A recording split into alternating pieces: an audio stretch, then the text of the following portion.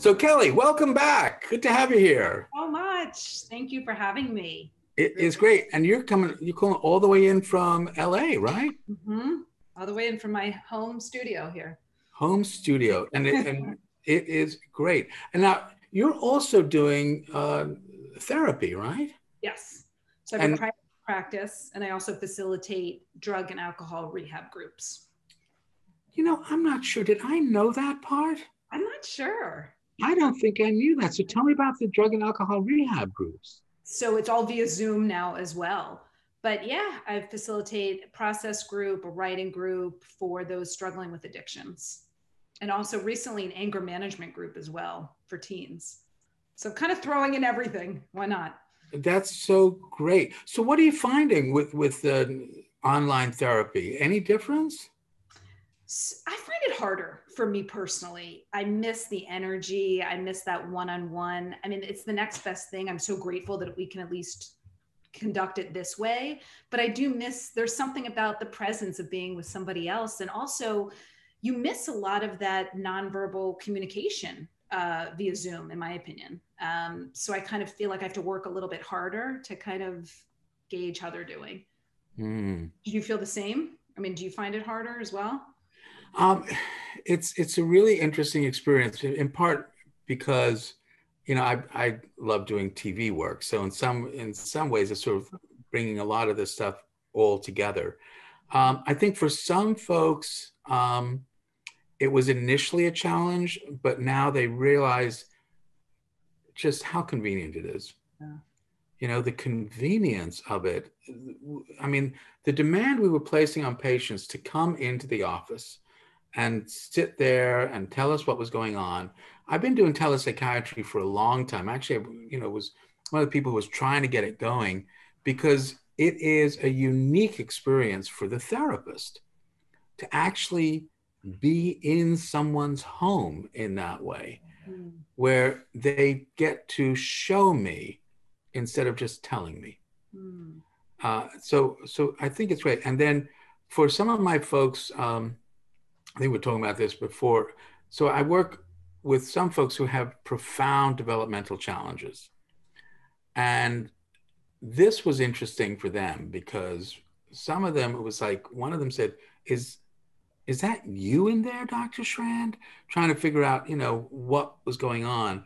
Another one was so freaked out. It took a couple of sessions for him to sort of get used to it. But some of them they just smile the whole time because they're on television and they just love they're just so animated. So, you know, it's really interesting for a lot of different people, but in general, I must admit, I think that telepsychiatry and telehealth in general allows us to reach people who were so geographically isolated that they didn't have access. It was a real barrier to not have access, and now they do. So, I mean, theoretically, you know, you could be treating folks here in Massachusetts, Kelli. Right. I agree with you on that point. But I also feel, on the other hand, too, is that I think it forced people to get out a little bit. And I worry that sometimes it's keeping people closed in a little bit, too. So I can see both sides. Yeah, that's a good point. With the substance use folks, are you finding increased rates of relapse or? Absolutely. I think wine sales went up 800%. They said. Wow. So absolutely, for sure. People are bored. They don't feel purposeful. It's just so hard. And then they're missing their outlets that they used to be able to do, even AA meetings and things, you know, I mean, it's just different via Zoom. So I think that plays a big part. Yeah. I would like to think that America recognizes, though, that the mental health and substance use issues are not these weird things. But how many people out there who are listening right now are feeling a little more isolated, a little sad, maybe a little anxious, maybe a little angry? That's part of who we are as human beings. But there's a spectrum. Everybody gets sad, not everybody gets depressed. But just because you're depressed doesn't mean that there's something wrong. That's what the whole I am approach is about, is to say there is no sickness, there's no pathology. We're just doing the best we can at every moment in time with the potential to change. And that includes attention deficit, not attention deficit disorder, because as soon as we use the word disorder, we separate people into groups, but attention deficit, we all get distracted. Some kids get distracted more than others. So with that in mind, Mhm.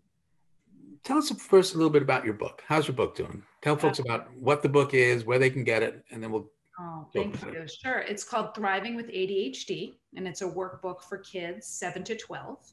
And it's doing pretty well. I'm happy. I think also it provides a program for kids right now who need homeschooling as well, and then different organizational techniques that help parents. But yeah, I mean, the reason that I really am happy to write it is that I want these kids to feel empowered, and kind of what you were saying. I don't want them to feel like they have a deficit, but rather that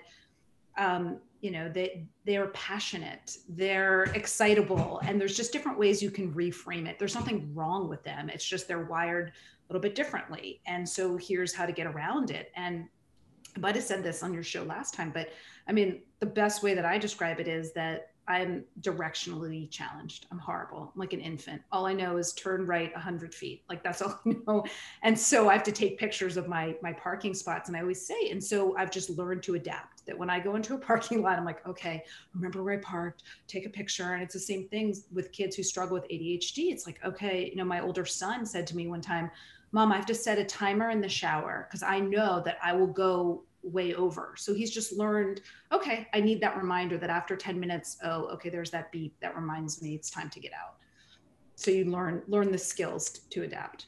And that's great. And that's a small change. It can have a big effect. So that's brilliant. So how do you think he came up with that? That he came up on his own. I was actually impressed. I think he realized after maybe 40 minutes when he's turning into a prune, he's like, all right, this isn't working so well.